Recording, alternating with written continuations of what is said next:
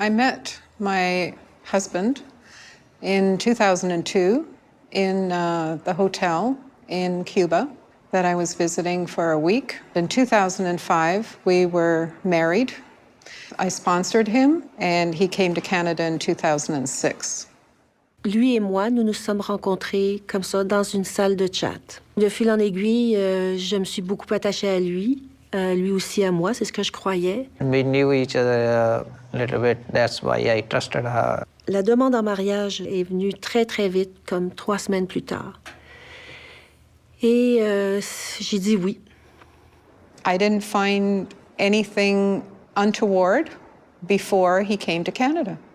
Sometimes you have a Canadian permanent resident who meets a foreign national, perhaps while they're traveling or over the internet, and becomes convinced it's a genuine relationship, whereas in fact the foreign national is using the relationship merely to get into Canada, and the sponsor has been tricked.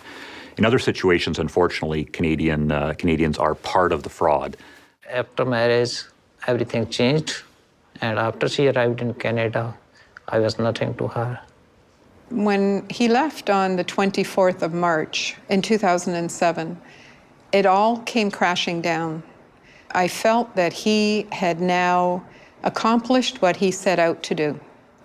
He had gotten his permanent residency, he had gotten his work card, he had gotten his health card, he was with his friends, and I realized then that this was all false. After she left me, I filed a police complaint, and police informed me after 3 days, like she's good in health and she's found, but they said she doesn't want to come to you. The financial obligations of a sponsor are that you are responsible for a period of 3 years for the person that you sponsor to come into the country. So if the person you sponsor uses social assistance during that period, you'll be responsible for that and will have to repay that debt. Finalement, l'aide sociale, évidemment, j'en paye pour les 10 mois qu'il en a profité. Donc, j'en ai pour un bon 30 000 $. It's around $40,000. It's too much. It's too much for me. I had to pay my lawyer fee. I sent her ticket.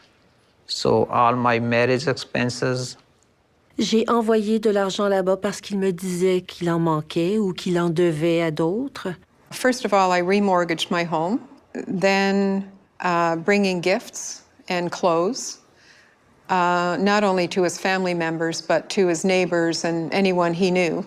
There are a lot of legal consequences for engaging in marriage fraud. It is fraud. There are the possibility of criminal sanctions, which can include a fine of up to $100,000 or imprisonment up to 5 years or both.